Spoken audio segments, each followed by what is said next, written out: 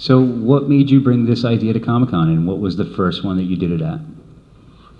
The first one I did was obviously Gary's, and I've stuck it out with him through all of his shows pretty much since Shriners, and then we did South Shore Comic-Con, and now we're here at the Regency, and I've done many styles of different craft fairs. I've done art fairs, and there is no camaraderie, is that the right word? It's very cutthroat. Everybody is doing similar stuff. I would say that Comic-Con is probably the best place to meet peers that are going to help you and help lift you up and, Exactly. and support what you do, and not be, bitter towards you or them feeling that you're better or worse or anything like that. It's really a very accepting place for artists and people to show their creations. Yes, I believe so. In some of the cons, it's hard because you get really big cons, and it's even in a huge con, you can't find yourself. So finding yourself and starting out smaller. So somebody like this gentleman right here that we are lucky enough to have on our panel, starting out and using, spirituality, is going to do better at a show like this until he can work up the confidence to be around people that are going to be a little more like, hey, what are you doing here? That's not the type of stuff we do at this type of show. You need to, yes, that's where I come into play and remind you that it's your own inner strength, and we have to find that within ourselves to keep going. So even if you're a young artist, inspiring, and you want to do a book, you go ahead and try it, and you're going to be struggling, and it's not easy, but remember, there's always going to be one of us here to say, we're here for you. I don't think any convention has ever gone how I planned. It's never been like, this is going to happen. It just doesn't work that way. And I'm sure we've all lost money at one point at a con or another. I know I've lost big money at some certain cons when it just doesn't work out. But you can't let that stop you. You really just got to keep pushing forward and focus on what did come from that con. Because I've gone home from certain conventions with negative in my pocket, but had follow-up calls where people bought work, or maybe I met somebody that evolved into better work. So it really is a place that can branch off to things that you might not even think you were ever doing, like me up here talking to these four people and trying to get more people to come and join this crazy party we got going. So I'm going to move on to Eric, who's probably been working in art longer than all of us here, and I feel might be a little different because Eric was probably already established before he came to Comic-Con. Is that true? Yes, it's true. So what made you decide to come to Comic-Con and start doing your work there? I grew up in the antique show business. My parents were promoters. I was a promoter of shows for 10 years. And I met Gary 40 years ago. Oh, well, He started at my parents' shows. And so I've known him all these years, and I'm familiar with this format. But doing my own work and always looking for different venues to show it, different demographics to show it to.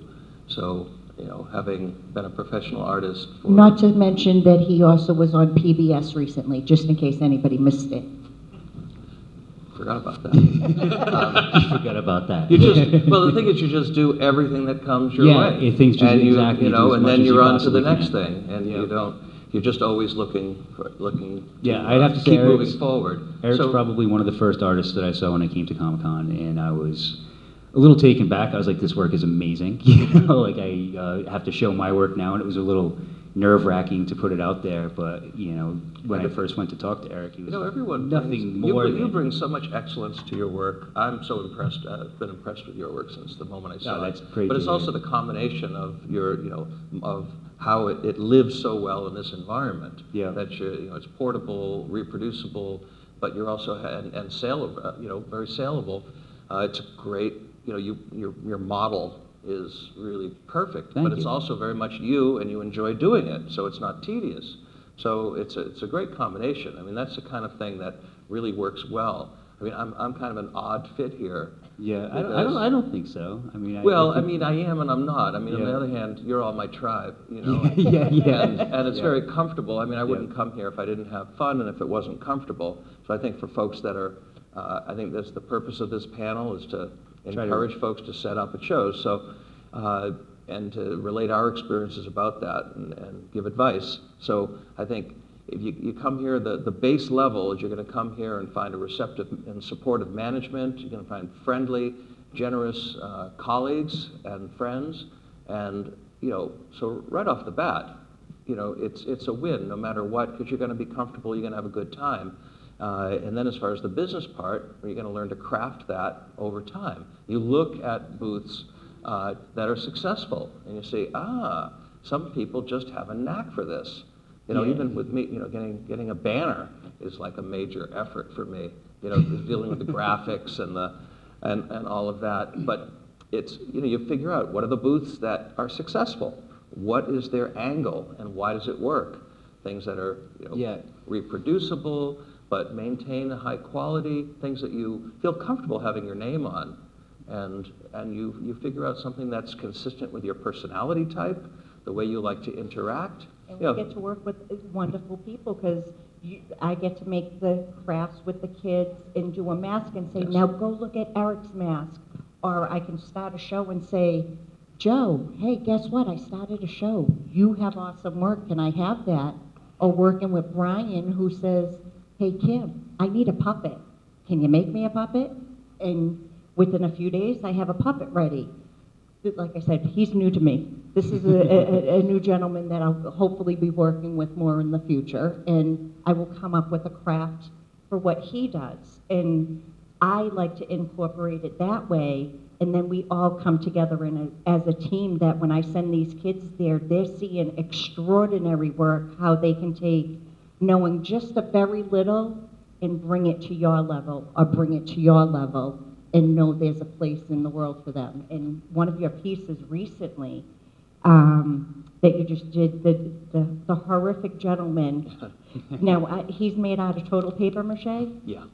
And when you see the quality of work, and you get to show a child how to do that from paper, and then say, now look at what you can do with it. And even though it may be gory, horror, gruesome, but look at the artistry in it, how you can make just a simple cut on somebody's face gleam, and see the artistic work in it, and not see it as just a cut, is a beautiful thing. Yeah, a lot of it is the art of using simple materials, just ordinary simple materials, to create extraordinary results. So it takes a combination of imagination and skill. And the skill is developed over time. You have to also be able to imagine it. And so it challenges you to stretch your imagination. I think an artist is always looking to do something they haven't done before, to push the edges of where their imagination can bring them, and then raise their skills to be able to actually go there and relate it, manifest it with integrity. So it's part of a growth process. I think part of the artistic process mirrors your personal growth as a person. So that you're always trying to, it's something you make with care and time, and you craft a product with integrity that has a certain authenticity. And that's really what you're doing with yourself as well. You can, the same lessons of life, lessons with art you use in your life. It's very nice. I think every art project can be saved. Well, I got a basement of art projects that would love to hear that. So I think one thing that you just touched on of, how you have to do it, use your art as a representation of yourself and your growth. When I started doing not really conventions, I was doing craft shows, and pretty much craft shows that I could afford, because I didn't feel comfortable risking, even $100. So $20 tables, $30 tables when I was younger, and I'm sitting in, a church between a woman with, stained glass, and the other woman has like doilies, and I'm sitting there with monsters just looking completely out of place. But it was still well received. But instead of trying to find my audience, I went and changed my art to try to suit the audience that I thought I had. And when I stopped doing that, when I came to conventions and people actually liked what I was doing, it changed, and it just felt so right, and I enjoyed it so much more, and I feel like I know what I'm doing is on the right path and true to what I really wanted. So I really think that a Comic-Con or a pop culture event like this is really going to let you find your audience and let you be you, and you really have to do your art from yourself, or it's just not going to come through. It's true, though your work has to align, the demographic that comes into a pop culture convention has certain interests. Yeah, and I would think that you'd find, I mean, maybe this one being, one of the smaller, like, family knit ones, but I find that at some of the bigger ones, you're going to get everybody from every genre, pretty much except sports. Wrestling would be the exception, but you don't really see too much baseball cards and stuff like that there anymore. That's a whole spatted lineup convention. For me, part of it is recognizing, my interests, all things being equal, be mythological, folkloric, nature, images, which is not necessarily the alignment of folks here. However, the strong interest in pop culture images from video games, from anime, from television, movies, cartoons, yep. and all those pop culture. I mean, that is a modern manifestation of mythological archetypal motifs. So that's where I've carved out the niche here, and I market myself more here. My brand here is more making the video game or art, rather than the people here are less interested that I've made masks for Boston Ballet Nutcracker or for Fulbright work in Jamaica for their national celebration. That's what I was going to say, the piece it's not really the interest here, so it's kind of, it doesn't use my energy well. So for me to focus on images that come from My Little Pony to, to the video games like Zelda and stuff. Epic Fortnite, people are like, what? And all of a sudden you notice, you see certain things, you notice, oh, that's what catches their attention. Yeah, fan art definitely catches a lot of people's attention. Right. This thing. So and, my son is a good measure of that too. He's 15, and so when I got the job for Epic Fortnite, it was like, Dad, that's the game I play every day. That's awesome. He was really interested, and all of a sudden he wanted to show it to all his friends. And I remember. So you could see the connection right there, like in your own home. So and it's like, wow, all this stuff. I make all this stuff, and it's, it's all special to me. And then the piece that you were mentioning. By the way, if you're not, I never really introduced myself, but I'm a mask artist, and I've been doing that for over 35 years. For a variety of venues and in a variety of aesthetics and different arenas, and I do a lot of arts education as well. But the piece that I brought, that I had in, that was, one of the centerpieces today. A little different than what you usually back. bring. I had to make one of the actors needed to be dead and kind of battered in a play, so I had to cast his face and then make a representation of his character, but with a broken head and choked neck and all of that kind of gore. So it came back from the play earlier this week, and I said, "Oh, this will be great for a table display here. People will like it at Comic-Con." Definitely. And then there was I was also just finishing a 3-month residency at a church in Boston, at the First Church Unitarian Universalist Boston. So where I got to deliver a sermon on art and spirit, different programs and mask performance and mask making, and other gallery talks, and also a big exhibit that has been up, just came down. So some of the pieces that were in that exhibit just happened to be packed in boxes. They were available. They ended up in the van. Awesome. So other people get to see them. Yeah, and what's funny is that one of the pieces, the big piece, was the Morrigan, which is a Celtic, the raven figure, the big raven. And so it's a manifestation of the triple goddess, the mother, the maiden, the crone. It's a, ancient mythological character. But folks here all came up, oh my God, is that the three-eyed raven from Game of Thrones? So it's like, see, there's that connection between my interest in mythology and the folks here, their interest and knowledge of pop culture. So it's like, so there was a good connection. And it's informative to me. I consider my style, I call my style mythopunk, which is really it's a celebration of... and that's what you have your headpieces for, correct? You have the horns and... Well, mythopunk to me represents a celebration of different mythological folkloric motifs, both ancient and modern. So it encompasses wide array of aesthetics and applications. So just like I like the ancient images, I like, wow, in this video game, you know, there's dragons, but they're particular dragons now with particular personalities, but they also are from a long tradition. So it's, I can navigate that connection. I've never played a video game, but yet I make a lot of art for video game companies. Yep. So, and I get it, I get the characters.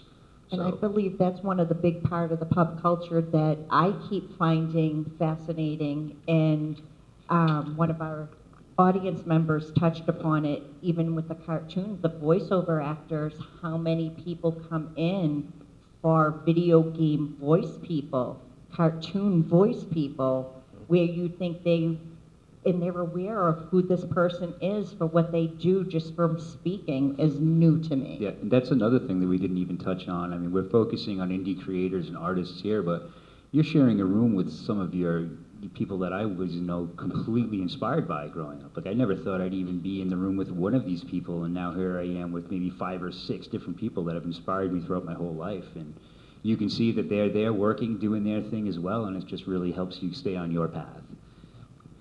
So I've been trying to figure out, I've noticed that as well. There's a lot of voice actors here, and a lot of my performance work is all voice acting. Because you put on a mask, you're a whole other character. It's just the same as a voice actor trying to act through a graphic design that they see on a screen. And so a lot of the work is voiceover or voice acting through different characters. You know, I have to play everything from a 10-year-old girl to, you know, an evil witch, or to a wise crone, or you know, guardian, you know, so many different figures and characters. So I have to do lots of voices, sometimes 10 different voices in one show. But I haven't figured out how to bring that here, because the voices, you know, of course, the famous voice actors will always tell you, oh, don't copy other people, do your own original voices. Yeah. So, however, the folks that come here, they come here for the voices that they know, the ones they know and love, the ones from whatever, 80s, 90s, more recently. So I haven't brought that into any sort of presentation. Well, that's why I feel we're all here, to take our creations to be the next level of fan art that other people are going to be doing. And, you know, we're here to try to push ourselves to get to that level and be on that other side of the table ourselves. So, I mean, I just can't stress enough how I really feel that this is a great place to meet lots of people and so many different outlets and ways that you can go. So I want to thank everybody for coming out today. This is the first panel I've done myself. It's something that I wanted to try. I'll open the floor to questions if anyone has them. If not, we can pretty much wrap this up. Come up. Yes, actually, I have a very interesting question. Would it be for everybody or for just one in particular? For everyone. What's it like working with artwork? She wants to know what it's like working with artwork. Stressful. Like, you mean like if you're trying to make a living and put a roof over your head with artwork? For me, I'd say it's enjoyable, but stressful and long. You know, if you want to work on your craft and it's not going to be a 40-hour-a-week job. It's a life. You know, it's not, your job doesn't stop. I mean, my head never really turns off. Anybody else want to chime in on this?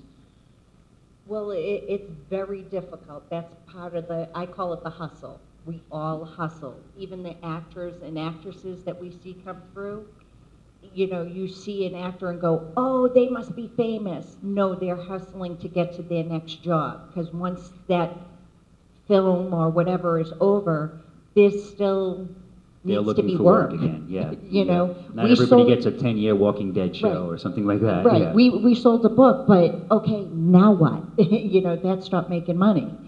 You hustle. Well, I think more important than just focusing on the monetary side of that question would be it's therapy is what art is for us. And what I mean by that is, like, whatever, there's things that, you know, we all experience that we can't express sometimes in words or actions or feelings, emotions, thoughts, reasoning, something spiritual that hits us. And I find that I do sculpting myself. I sculpt, I write, whether it be poems or books, and I feel like I can express myself fully a lot of times through art. whereas all those emotions and things feel repressed, where I can't call someone on the phone, man, because if I did that, I have a very spiritual thing to hit me and every emotion and everything is overwhelming. You'd And I never called get my off the phone. friends and dude, guess what's happening again? It's like, you know what, I'm calling your therapist. The white jacket's coming. Yeah. But yeah, to me, there's that two sides of it. It's like, yeah, we would all like to make millions of dollars from this, and hopefully we all will one day, But to me, more important than money is what it means to our life. It's a lifestyle. It's an expression. I agree. It's total lifestyle. It's something that and I'm telling you, just dealing with issues, like something you're stressed out with. My thing. I'm from a theological side of things too. I pray, and when I'm not doing that, I'm expressing my emotions out through, creating a monster that I'm feeling. So I start And not a sculpting that. monster, right? Yeah. Not a monster. Not a monster. With an Not R. a It's a monster. Yeah. But yeah, so there's that thing that I don't, and a lot of people, like my friends, have told me that they're like, you're just not happy unless you're creating something or writing and stuff. And I do martial arts too, and Yep. it's the same thing. It's martial arts. The arts is more important than the martial side to people that really do it. And to us, it's all about expression. It's all about, expressing ourselves and that expressing is not just you being a lone entity in the universe. By creating art and books and martial arts or whatever, doing films, you're actually taking your inner self and expressing and connecting it to other parts of the world and the people that it connects to. And I think that's really the secret of life. I mean, Yep. right there is that. It's that connecting to other people is what really makes life so much more beautiful for me. I've told other people that my art is my way of self-medicating, and I don't think I realized that until, a few years ago. And I don't think my art is like a direct representation of my feelings. Like, it's not something like some artists paint how they feel type of thing. But I just get lost in it, and I find it's the best way for me to clear my head and not think about, the stresses of everyday life. Well, something interesting from back home, where I actually grew up in several different places, Indiana, Kentucky, but I talked to some of my friends back in Kentucky, and one of them was saying, so many people that that went here, because I've been back there, have died from addictive substance abuse. And really, it's not like a small number. And he told me, he's like, I'm glad somebody threw a basketball in my hand when I was a kid, because it gave me something to focus on. It gave me a way to express myself. And I really thought about that, and I was like, art is that too. It's that, as humans, we have to, worship something or be connected to something or create something. If not, then we turn to alternative things. And what I'm saying, I'm making light and dark here. There are darker things in life that you could easily fall into that lead to self-expression. Yep. And I found that, people that are able to express themselves healthily, like through music, through, drawing and being Batman, who just walked by out here. Batman just walked by. That you find those people end up having longer lives, more fulfilling More lives. full lives, I would Full say. lives and yeah. happy lives, and I think that's what art's about. My name's Brian. That's Brian Hall. That's with an I, spelled the correct way. I'm making a joke, because everybody always asks, is that spelled with a Y or not? And one of my favorite books of Brian, and excuse me, I'm reaching across and being rude and disrespectful. One of my favorite books, only because I did The Owl, is She toured with us a little bit on the Owl Puppet when we first Mountain did the book. Owl Tour. Not Mountain Night Owl Tale. So It's a you tongue said twister. tour, right? You said tour, but this is a wonderful book. And Brian, We're filming the animation, or actually we're doing the animation right now for this, and we have voice actors. It's funny you guys are talking about that from all over the country right now. So how long ago was that when you went to that first Comic-Con and met Bill and he pushed you into, show me what you can do? I hear people 4 years saying ago, that. So I from think. 4 years ago, Up from until not 4 even years having now, your book, this is you're going to be working out on on animation. Amazon as a series. and Bill did the cover, Excellent. correct? Yeah, Bill done the cover to this. The guy that I met who inspired me, I asked him to do the cover, and he done the cover to this. But yeah, I say filming, but Yeah. we're doing the first series, the first episode series as a pilot, and we got a lot of really talented voice actors, Excellent. and we got to use local because this is from Kentucky. So the cool thing, again, remember I was talking about connecting, that this is written, the area that the stories take place is where I grew up some in Kentucky, and so it connects me back to my childhood and all my people back there and my friends, and actually some of them show up in the series. So it's pretty cool like that. So it's like, reconnecting old friends, but, like I said, it was my first Comic-Con 4 or 5 years later. Now we're doing an animated series, and I got a movie Bill is our coming out. Yoda. Bill is our Yoda. You do or do not. You do not try. Well, So- it was that whole encouraging thing. Like, Yep, just exactly. go. It's kind of like This is- a Nike commercial with Yeah, puppets. just do it. it, Yeah. yeah. Go do it. So Eric's probably, like I said, probably been, more recognized in living his life as his artist life more than all of us up here. So I'd like to hear his input on this question on, Well- what is it like working in art? So many different aspects. Yes, responding to some of the comments that have been made, art can be a path to health and wholeness, for sure. I think artists are enormously lucky to be able to process all the different events that happen. Artists have a combination of sort of hypersensitivity. We're very Yeah, it's emotional, and we connect, and we're empaths. It's really We're a bunch of good. empaths. So I was Yeah, going to say. but on the other hand, now if we didn't have a way to express that, a lot of those situations, there's no real answer for them, and so things build up, and if there's no expression, then stopped energy gets toxic, and then you see people turning to dangerous or toxic behaviors. But with art, you're always keeping a sort of internal feng shui. Your energy is always moving, and if you trust your body, your mind to find that path to health and wholeness, all you need to do is keep the passages open, keep things flowing, and you trust that things will It's kind of like a pond. Yeah, very well put. Yeah. You have water Yeah. going into a pond. You have Yeah, water going out. exactly. If there's no water going out, the pond It gets stagnant stagnates, algae, and right. and the water goes poison. And if you get addicted to crafting, then you end up spending all your money on that, and you don't have money for other stuff. And then another point was made, and I agree that to be an artist, you need warrior training. So do you need to be a warrior of love? You need Yep. to be determined. You choose to be an artist every day. It's a whole lot easier in certain ways to not be an artist. It's taking on a whole boatload of troubles, but you have to work hard every day. You have to believe in yourself 100%.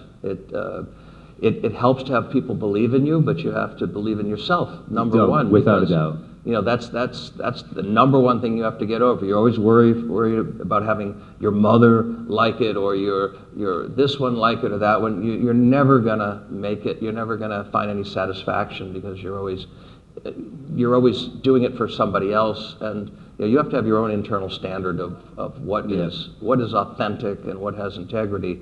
And then you can separate the comments that you get, the feedback you get that's helpful and that's not helpful. You can't be too permeable Yeah. to all of that, because everyone's got an opinion, and a lot of people have a lot of skewed ideas of what art is, and Yeah. so you really need to represent art with integrity. You're an ambassador of art when you go out there as an artist. You don't want to play into the stereotypes. You want to be, whether you're a business person or you're an artist that's a master of your craft.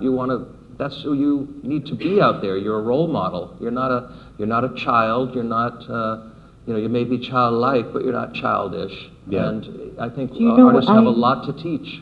Do you know, I tried out for a show on Bravo that actually had a crafting competition many years ago. We drove to New York for me to try out, and I brought all my artwork, and I set it down, and the woman looked at me and says, "Oh, I'm from that area. Oh, but your stuff is nice. Just go back home and do it for your family." And I said, okay. That depressed me, and I was very upset at that, but here I am. My family has grown Yep. to be something that, fine, my family now consists of hundreds of kids that come through. So you have to make it what you can. And now your stuff's on television, right? Now my stuff's on television, but I get to have the children and adults of all ages make something with their own hands so they can understand what it feels like to craft and make something for themselves. Excellent.